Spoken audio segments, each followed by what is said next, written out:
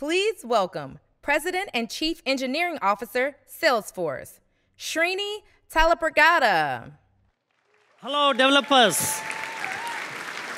To everybody in the room and online, welcome to Dreamforce, welcome to the Developer Keynote. We have a great show for you today, but I'm assuming all of you are having fun. Is this the best Dreamforce ever or what? Are you liking the innovation?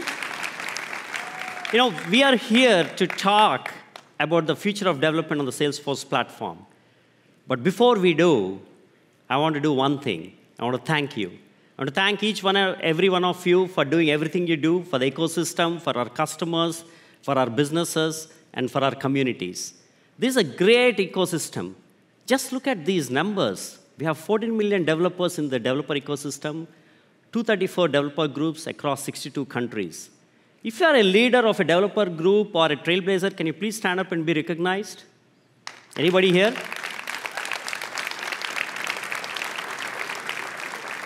Now, thanks to all of you, the trailblazer economy is accelerating with AI. We have 11.6 million new Salesforce, according to IDC, that will create about 11.6 million new ecosystem jobs by 2028. So all of you made a great career choice, first of all. And, you know, like talking about trailblazers, today we want to talk about a trailblazer in the transportation industry called Delta. Delta Airlines, I'm a frequent flyer, one of my favorite airlines. Just look at these numbers that the Delta Airlines developers are building on the Salesforce platform. 60% growth in account engagement, 70% reduction in mile redemption steps. So we are going to showcase Delta all through the keynote. Now, in this keynote, we're going to talk about a lot of things. But let's talk about the elephant in the room. Do we need developers anymore? Is AI going to replace all of us? So I love code. I'm thinking, what do I do? So I think this is how you should think about it, or at least I think about it. Every time we abstracted from a lower-level language to a higher-level language, think of assembly programming to languages like C and Fortran, from C and Fortran to Pascal or Python, or to higher-level even higher abstractions and frameworks like Lightning or JavaScript, the number of developers has only increased. So if you think of AI as a co-pilot, which will supercharge your productivity, your team's productivity, and your company's productivity. That's how I think about it. So in this keynote, we're going to talk about AI and future of development, but also we are going to talk about all the innovations we are doing today, true to the core, and see how we are going to help you. So we'll cover both, and you'll see AI sprinkled all through the keynote. So let's talk about AI. Now, I'm sure you've been seeing it. We are in an AI revolution. We talked about the 4 waves. On the predictive side, we help you on the platform to bring predictive AI to your customers and your end users. Today, we have more than 1 trillion predictions every week on the Salesforce platform. Just like we help you in the predictive era, we'll help you in the generative, autonomous, and what we're all freaking about, AGI. We'll be with you. But like any revolution we did, either cloud or mobile or social, always comes with its own challenges for developers. Now, there are new developer challenges. This is no different. AI requires data. We all know all our data is spread all across the company. We need to integrate this AI into the stack, new AI technologies into the stack in a trusted way. You need to build trusted AI apps. And we need to avoid things like hallucinations, bias, toxicity. Words, some of these we have learned only in the last 6 months. Correct? How do we do it? We got your back. We will incorporate all of this. The 360 platform is the #1 AI CRM, and we're going to incorporate all of that into this, and we'll show you how. This is a developer keynote, so I just want to tell you a little bit on under the covers what we have been doing. We have been spending the last few years reimagining the platform from the ground up. At the lowest layer is what we call Hyperforce. Hyperforce is a trust layer. It gives you data residency, compliance, end-to-end encryption. It is also net zero. On top of that, what we built is we brought in a hyperscale real-time lakehouse onto the platform, which allows you to do data actions, unified profiles, GDPR compliance, and things like that. But not only that, we made it open. So you can bring your own lakes, either from our partners, AWS, Google, Databricks, Snowflake, etc. So you don't need, with a zero copy level. So we integrated deep into the platform. Once we had those two layers, then we built Einstein. Same, we kept Einstein same open too. You can use our own LLMs from Salesforce. You can use third-party LLMs. You can bring even your own LLMs.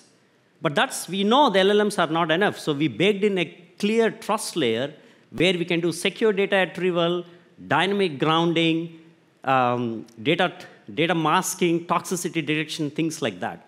On top of that, in typical Salesforce fashion, we put our builders, both low-code as well as pro-code, so all of you can build this. This is the platform on which all our applications are built, but that platform is available to you too.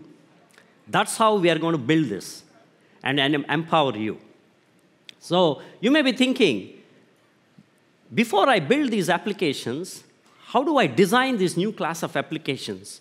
And to do that, I'd like to invite Kat Holmes, EVP and Chief Design Officer, Salesforce. Thank you, Srini. Oh, wow. AI is a truly transformative technology, but only if we build it in a way that works well for people, right? So here's what we need to know. This humble text box is having its moment in the sun. It's the MVP UI element of the year. But generative AI is way more than a souped-up chatbot, right? It can be a creative collaborator, a strategic partner. In order to unlock all that, we really need to think about how we're going to be like a long trajectory of user experiences. We're just at the beginning of a steep curve, not the apex of what's possible. Now, for a very long time, good usability has been about finding clear pathways to take users through your applications with ease. But with generative AI in the mix, things become a dialogue, not just a linear path, right? So this whole paradigm is shifting to where good usability is now about clear communication. What do I mean by that? Now, I'd imagine that most of us in the room are good at having conversations with people. It can be a useful analogy when we think about designing for AI. But clear communication can be a lot harder than it looks. And just think about how much information two people need to exchange just to order a cup of coffee these days, right? So when we give people precise information and clear context, they have an easier time understanding what we need and how to meet us where we are. The same thing is true for generative AI, right? A well-crafted prompt, good grounding in relevant data, extensibility to other types of actions that it can take. All of that helps that AI understand what you want to get done and how to meet you there. So in order to make those things true in a design, there's 3 requirements we've been thinking about, and I invite you to think about these in the design of your own applications. First, understand the impact on people. We have great documentation on the ethical requirements for AI, ways to increase accessibility and decrease bias in your applications.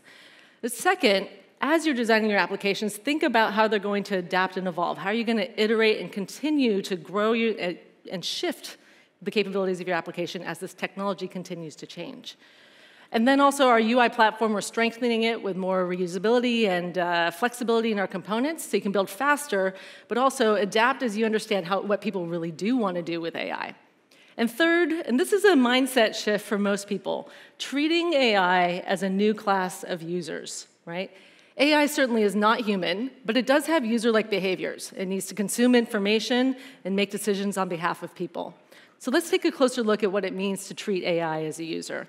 Now, these are techniques that we've all practiced in the design of our applications, but now thinking about what are AI jobs to be done? What roles and responsibilities will it have in the applications and just in your business at large? Second, thinking about the requirements you need to gather. What kind of information and access is AI going to need as it goes through those tasks? And third, creating AI user journeys. Like literally, what are the product pathways that it's going to take and what kind of barriers or obstacles could it encounter? For example, how will AI react if it receives conflicting instructions or incomplete information? So putting all these pieces together helps us think about how to create more usable pathways for all of our users, AI and human. And AI and people are going to be moving through major shifts in roles going forward. But I like to think about them in tandem and how they're going to work and shift along a spectrum like this one.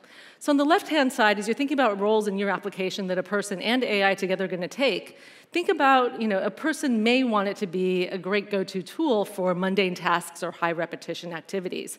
In that case, of course, the automation skills of AI are great at making people more productive. But on the other end of the spectrum here, what if a person wants AI to be a strategic collaborator? Now here, they may want to give AI, and they may ask AI, what are some ideas for how to grow my business? And they may even ask AI to orchestrate against that strategy. So with that in mind, a person becomes almost like a conductor of an orchestra, where AI is bringing in multiple tools, data types, and even other types of AI in order to help a person achieve those goals.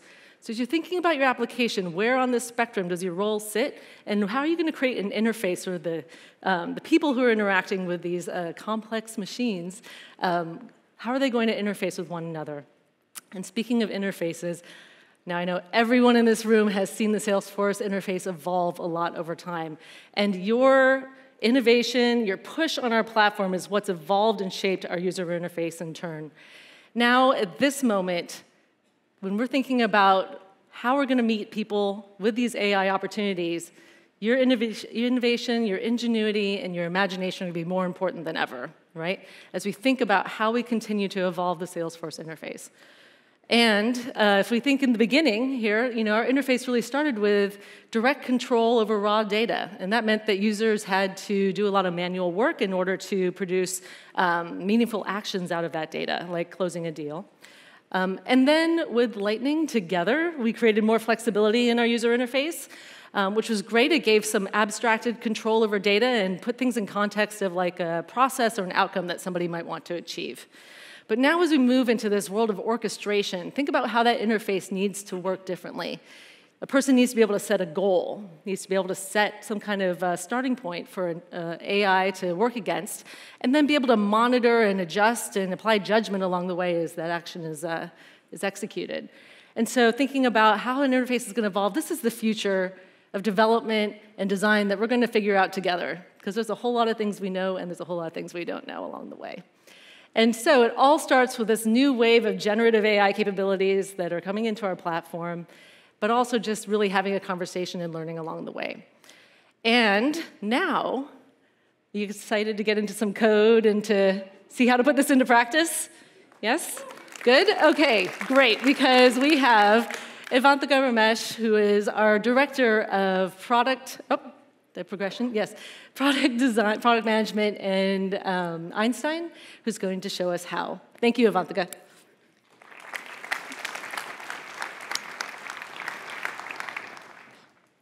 Well, thank you so much, Kat.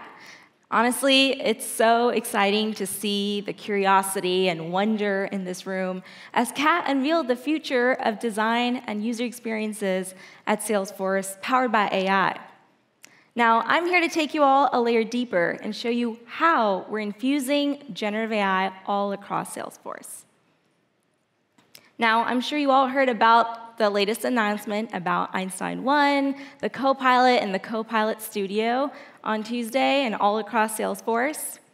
Now, this is a developer keynote, so we're going to show you how this technology is a game changer for developers and enabling you to build applications in entirely new ways using our prompt builder and our Copilot skills builder. Now, the foundation of Salesforce Generative AI and Einstein is the Einstein Trust Layer, which allows you to safely and simply communicate with Einstein large language models. It's literally as simple as passing in a prompt through our LLM gateway, which is that secure access point to the large language models, and getting back an output. Let's actually see this in action. Stefan, are we ready to show some code? All right, so here we are in our Salesforce project. We have a new Connect API adapter that actually allows you to communicate with Einstein large language models with all the elements of our trust layer baked right in. It starts with passing in your input, which would be your prompt, modifying your model parameters, and generating that response. It's that simple, and it can be executed with a single line of code. Stefan, why don't we ask Einstein to maybe write us a poem about Salesforce? Yeah, of course. So all we have to do here is take this generate response method, and we can pass in any string to that. So in this case, we're just passing in our prompt that asks, can we write a poem about Salesforce? So let's go ahead and execute it. And it's going to take that string and run it through the LLM gateway directly in Apex. And here we go. It looks like we have our poem, Salesforce. So Salesforce, the software we all adore, with your clouds and automation, our sales have never soared. Or soared like never before. I'll spare you the rest of that. Wow, not going to lie, Einstein did a pretty good job there. So Avantika, everyone in the room, all they want to know is when can they get their hands on this? Great question. So our Generations API is currently in beta with a group of ISVs, but we're looking to open it up to all our ISVs, partners, and customers in our spring 2024 release. Now, what Stefan just showed us is a great example for simple use cases. Now, question for you all. How many of you in the room have used this new shiny tool on the internet called ChatGPT? I know I have. Yep. Well, as Kat mentioned, clear communication with AI is so critical. And many of you who've tried using ChatGPT, especially for business purposes, may have realized that it's actually quite cumbersome to have to write an effective prompt every single time you use it. And the responses are quite generic and not really tailored to your use case. Now, ChatGPT is powerful, but what it lacks is that seamless integration into your flow of work, and the responses are generic because they're not grounded in your data. And speaking of data, security of that data is so critical. Well, thanks to the Einstein trust layer, features like data masking, zero data retention, and toxicity detection allow you to rest assured that your data is protected when you communicate with these large language models. Now, let's speak about prompts for a second. People in your organization should not have to be AI experts in order to get value from AI and use these prompts effectively. So that's where our prompt builder shines, because it provides that no-code interface for you to create prompt templates, ground them in your business data, and embed them right into the flow of work. It's that easy. So why don't we actually go to the prompt builder and show you how it works? So here we are in our prompt builder. I'm sure you saw a lot of this at Salesforce already, but today it's going to show you how the capabilities are so powerful, especially for developers. So here we are, we have a create account overview prompt. And what this prompt will do is it will generate an account summary based on the target record that's passed into it. Now, as you can see, it has merge fields in this template, which reference key data points from the account record. Now, on top of that, you can actually insert additional Salesforce platform services like Apex, Flow. You can even bring in data from Data Cloud or data graphs to continue to ground this prompt.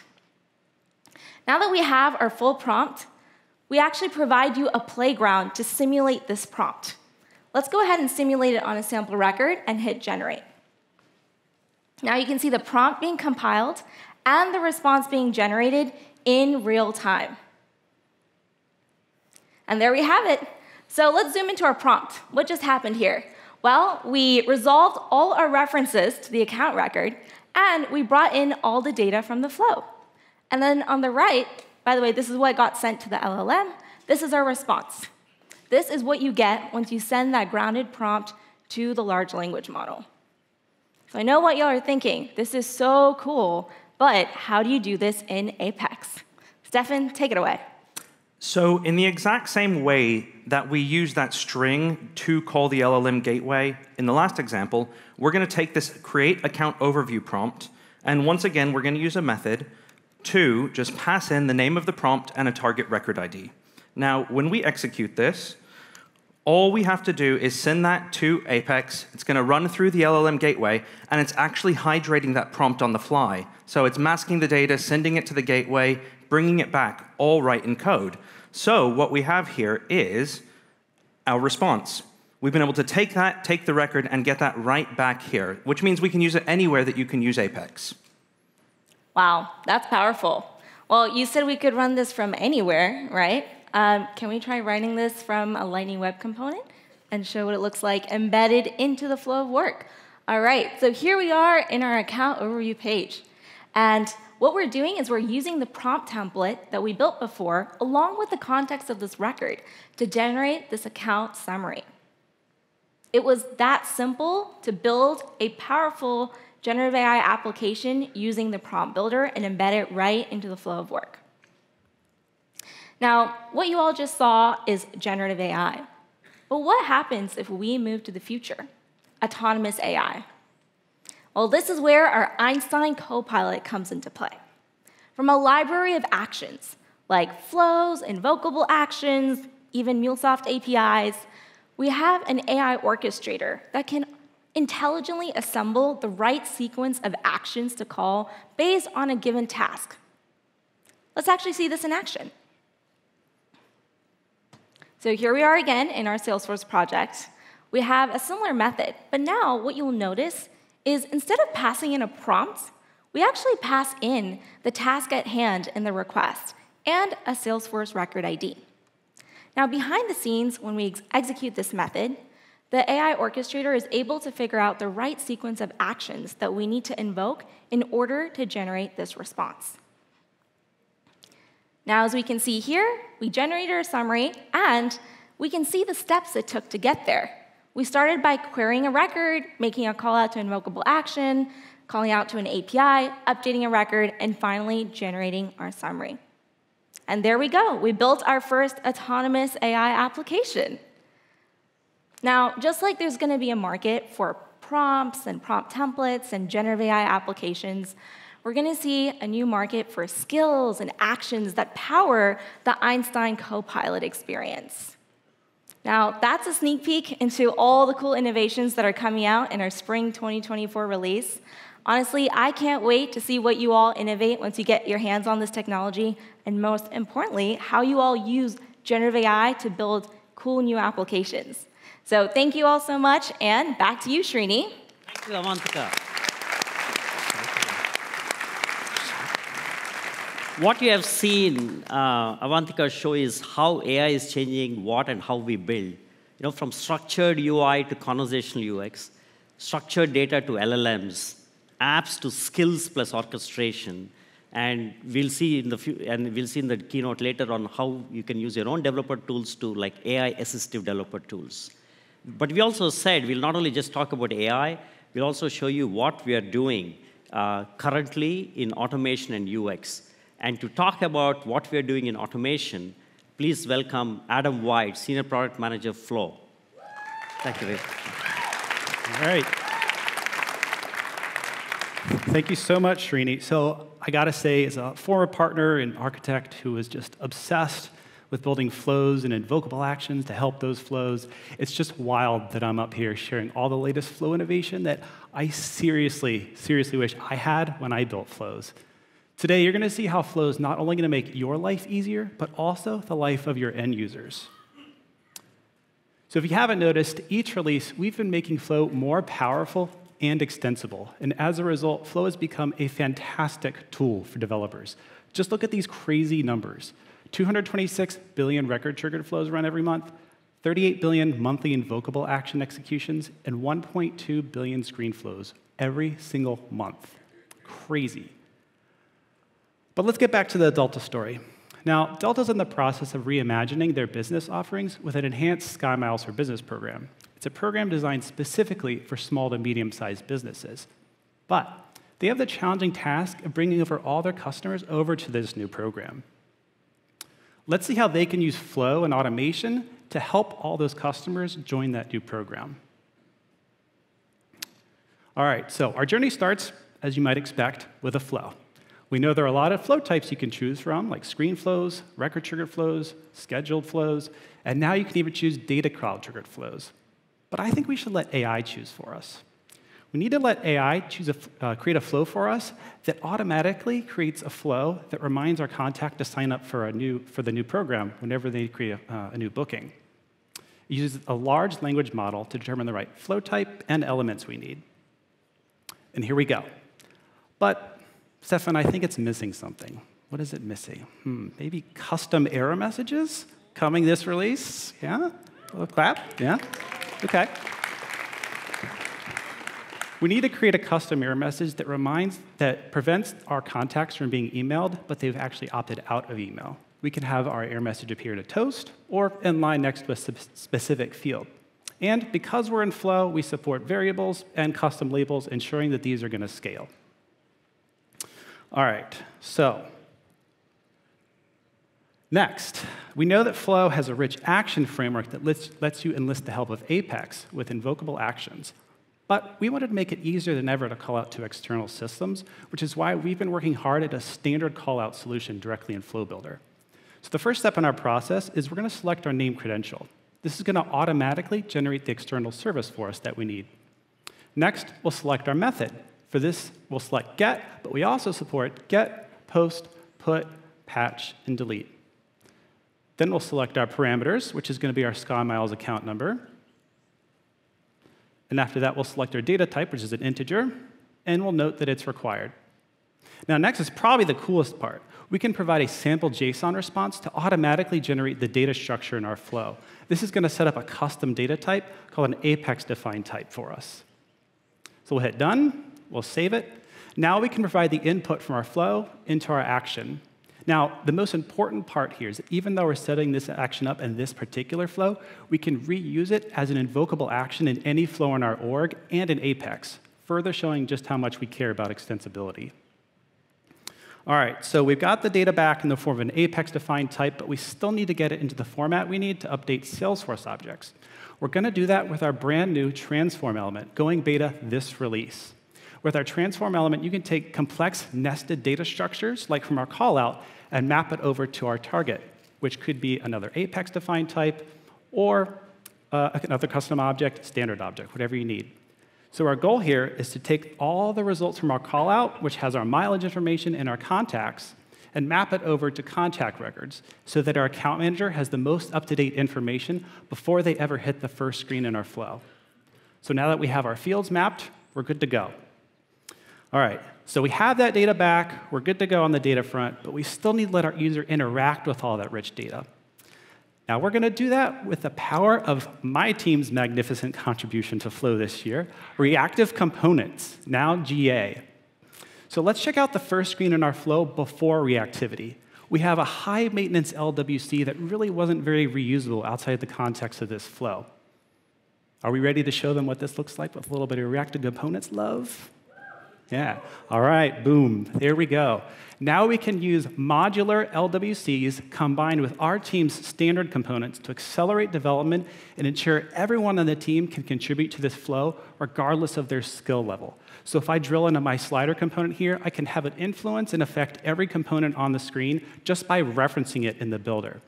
So if I swing over to our completed flow here, we can watch the screen change in real time as I adjust that slider on the left to calculate the total miles the customer would gain if we converted them to the new program. And on the right, we can target specific flyers by adjusting our mileage slider. So we'll target our high flyers here, and we'll hit next. Now, reactivity is a game changer for end-user productivity, but I'm excited to announce one more productivity game changer, the flow repeater component.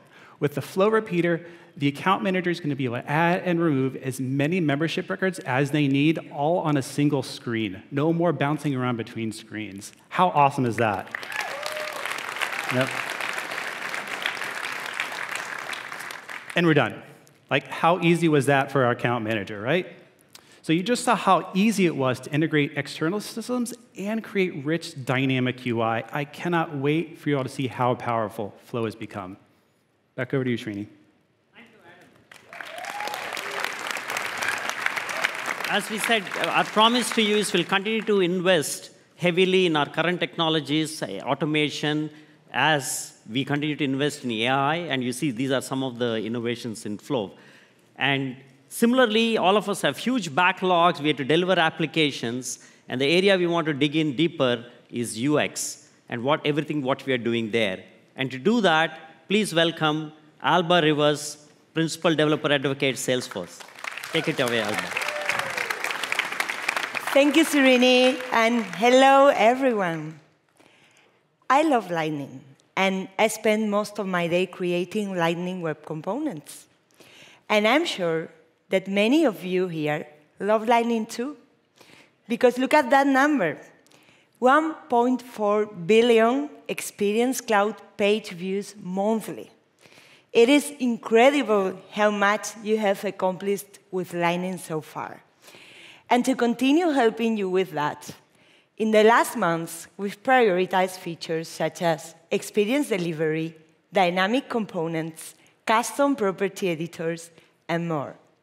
And today, through the lens of Delta, I'm going to show you this in action.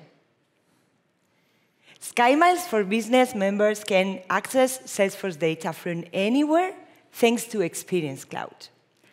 Delta wants to continue having the benefits of running on Salesforce, but they want their site to scale.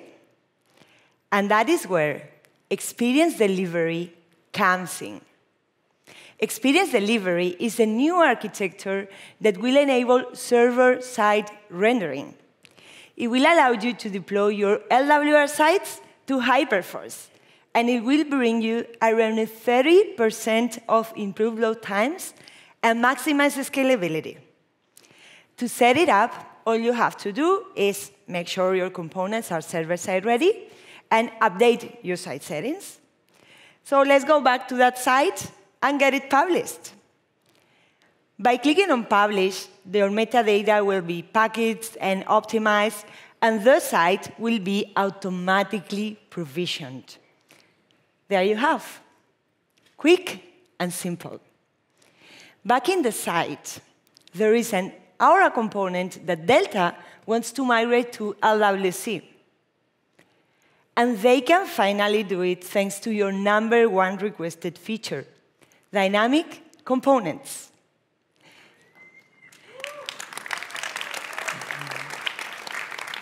With dynamic components, you can decide on runtime which component to use. So let's go to VS Code and see how they work. The first thing to do is activate the Lightning dynamic component capability in the configuration file. Next, you use LWC component to define a placeholder where that component will render. And finally, in JavaScript, you import the component constructor, and you assign it the moment you want that component to be rendered. And that's all. On the next rendering lifecycle, you'll be able to retrieve that component as normally. Powerful, right? Dynamic components are indeed generally available, and you can start building with them today.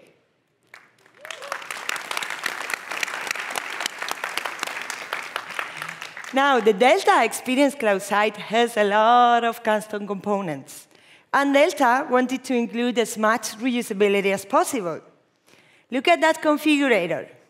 It has some alignment buttons, even some tabs into it. How is that possible?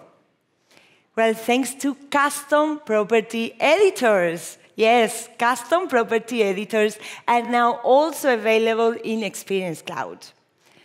So let's go to VS Code again and see how that configurator was built. Those alignment buttons are actually a Lightning web component, and this is its HTML file.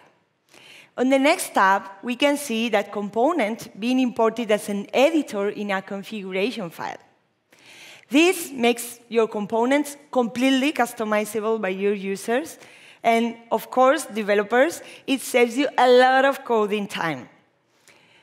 So we started with custom property editors in Flow. They are now also available in Experience Cloud. And we are not stopping there. Stay tuned as we roll them out to all Salesforce experiences. And while we stay here at VS Code, let me show you something else. Building for mobile is today more critical than ever, and we are here to help you. This LWC here allows you to scan a document with your mobile device, extracts the text in it with OCR, and moves them right into Salesforce, and everything out of the box. This new document scanning feature is part of the native device capabilities for LWC that we released 2 years ago and that many of you are using and loving. To use the scanner, you just need to get an instance of it and initialize it. That's all, right? So let's check it out. Here we have an iPad. Stefan, René, would you mind scanning that ticket for me? So now the component will detect the text with OCR, and there it is. The ticket number was correctly scanned.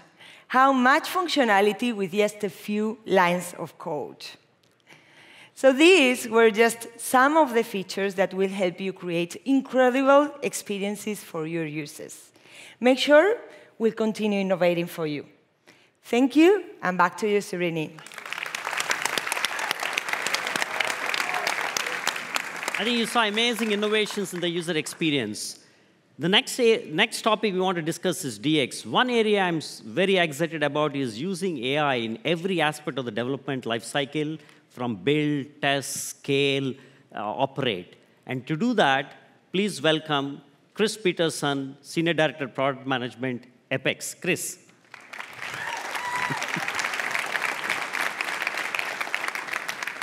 Thanks, Srini. As someone who's been working with Apex for well over a decade at this point, it's near and dear to my heart to make sure that we have a developer experience for every Salesforce developer that's as pleasant as we can possibly make it. But before we dive into features, I really want to take a moment to thank you all for the amazing things, the scale of amazing things that you build with Apex every day. We're over 12 trillion CPU seconds monthly of Apex execution time, over 225 billion monthly requests in production, and 2 billion lines of code. It's astounding how quickly Apex has grown and continues to grow. So thank you all for everything you do with it every single day. So as we look towards the future, the key area of focus for us at the moment is making sure that you can write clean code, quality code, faster than has ever been possible before. So I'd like to take a moment to give you a glimpse at what we've been working to deliver for you. Everything from Scale Center to Einstein for developers, with the goal of making it so that you're a more productive and fundamentally happier developer. Stefan, can you pull up Scale Center for us? Beautiful. So in Scale Center, we see a number of key performance metrics about our Salesforce organization that were historically incredibly challenging, if not often impossible, for us to go look up ourselves. Things from our average request time to error rates across our organization. And even better, Scale Center is now generally available for unlimited edition orgs, and it's free. So if you have it, we strongly encourage you to go run it and get some insights into your own organization. But let's see what it can do. We see we have a spike in errors, so let's run a row lock investigation and get the details of everything we need to go and fix that. And here we go, our investigation. We see everything that a Salesforce developer architect could possibly want to know about row locks and how to improve the situation. We see record locks by users, what entity types were most commonly locked, what users were most commonly holding record locks, as well as, most importantly for me, what entry points, be they Apex, Visualforce, Lightning, Flow, etc., were impacted by hitting record locks during their execution. So we can see everything about what parts of our application and our users were impacted by these record locks. And so all this is available in setup, just a click away, ready for you to improve and optimize your organization. But that's not all. Let's talk about Apex Guru for a second, which is now available as a pilot. With Apex Guru, we go beyond performance optimization tips into actually helping you coach improvement on your code. Here, we see that Apex Guru has scanned our code and has found that Delta has a global describe call in a loop, and it's going to cause some major performance problems for them as they scale up. But thankfully, it's giving us some simple, straightforward suggestions on how to improve this. So Stefan, do you think you can pull up Code Builder, our new web-based IDE experience, and get to work. And as we pull it up, we see that Apex Guru was exactly right. We do have a global describe call in a loop, and that is really not going to scale well. So let's take Apex Guru's suggestion and move it outside the loop as the simplest fix that we could apply. And like that, our code is substantially faster and more performant, an issue that we probably wouldn't have found without spending a lot of time looking through debug logs without Apex Guru's help. But there's another thing we're developing for you as well, Salesforce Code Analyzer, which brings over 200 static analysis rules directly into your IDE, as well as being available as a GitHub action so you can plug it into your continuous integration pipeline. And what we see here is that Salesforce Code Analyzer has flagged that our SOCL query is not properly secure. And as Stefan just demonstrated, with a couple of clicks, it can even apply a quick fix to adopt the new user mode database operations feature in Apex. So in under a minute, I think, we've taken code and made it substantially faster and fixed a security bug while we were in there. That's the type of productivity we're trying to give you. But I hear there's something else. Delta has a new requirement for us, don't they? They do. We want to be able to take their vast amount of customers and compare the data from Data Cloud or their data lake as well as their CRM data. And we can do that over here in our SkyMiles for Business controller. Yeah, and it looks like we've already got a start. We see an Apex method that is querying Data Cloud and pulling that directly into Apex, which is already pretty cool by itself. But with Einstein for Developers, which is now available in open beta and free, so please go try it out right after this, all we have to do is give it plain English, natural language description of what we want the rest of our code to look like, and it generates the Apex code for us. And there we go. So now we have all of our data for CRM and Data Cloud about our SkyMiles for Business members in one place. But there's one thing we need to do. Since we have two data sources, all of our data isn't sorted yet. Let's make use of the new comparator interface in Apex to sort it all together. Now, if you're not familiar with comparator, it acts as a plug-in to the list sort method that lets you override the sorting behavior. So you no longer have one sorting rule defined on the type that must always be the way it's sorted. You can choose different sorting rules for different situations and plug them in. And even better, if your comparator is smart enough, it can sort across different data types in a mixed collection. So all we need to do is take a SkyMiles for Business field-aware comparator and plug it into our sort method, like Stefan just did, and we should be good to go. Like that, we can pull up the SkyMiles members, and here we go.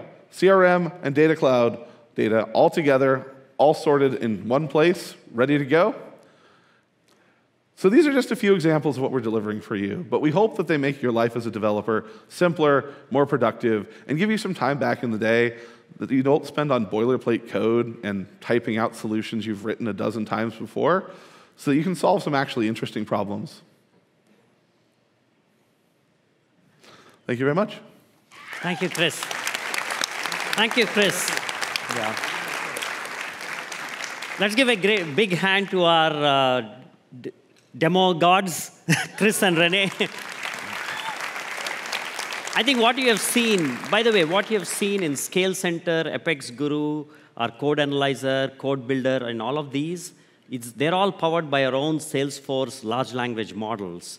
And they are all available now. Definitely, if you haven't tried out, try out the Einstein for Developers. It's a plugin available for beta right now. And what we want to do next is you also have seen how we have incorporated in the story Delta and how we are investing not just in AI, but also currently. What we want to do next is bring one of our trailblazers, Nick Swenderman at Delta Developer. Please come to the stage, Nick. So Nick, how has Dreamforce been for you? Whirlwind, as always. Whirlwind, always. What is the one keynote that you really liked? I'm very interested in the AI keynotes. Okay. A lot of interesting possibilities there. We're going to see how we can use that going forward. Okay.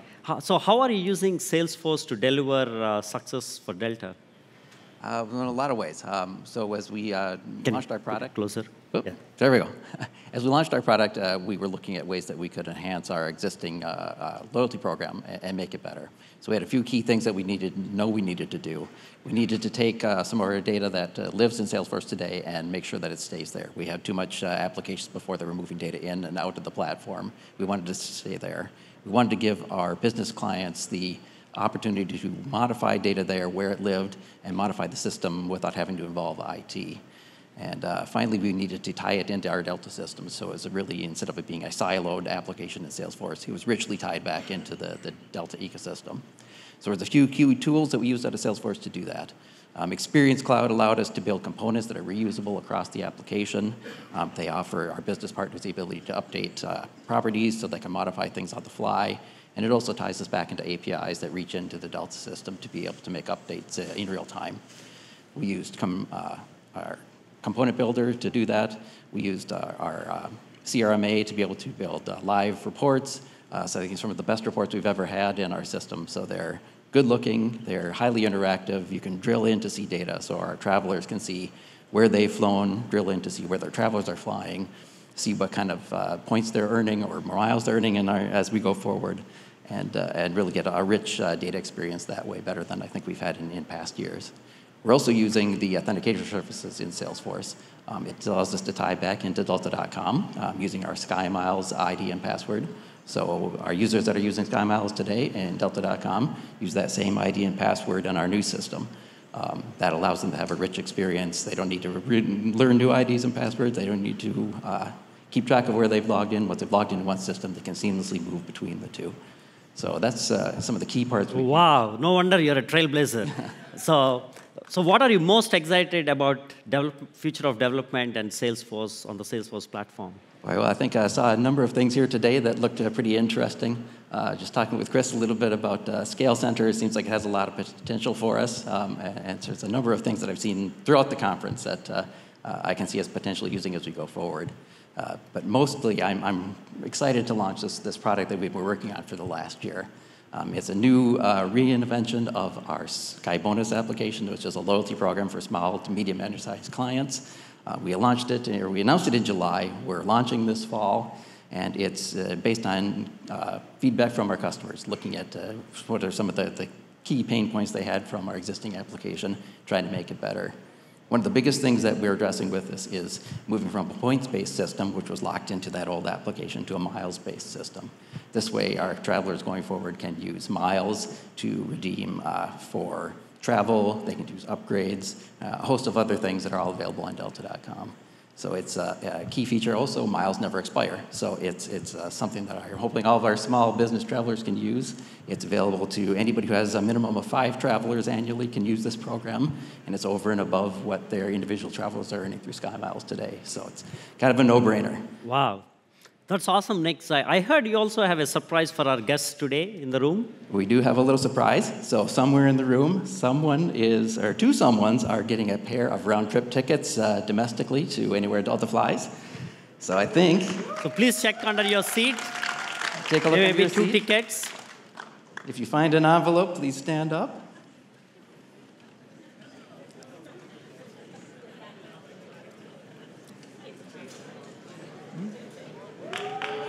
Whoa!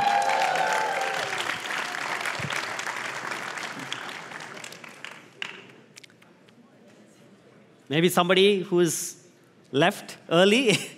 We'll see. There's some open seats. Start checking all the seats. Thank you, Nick. Thank you for your time. Thank you. Meaning, we couldn't cover a lot of things and a lot of innovations in Heroku, dynamic forms, data cloud triggers, Tableau, MuleSoft in this short keynote. But don't worry, we have a developer release preview, readiness live at 2:30 p.m., one floor down. You can always go and learn there. And with that, thank you. Have a great rest of the Dreamforce.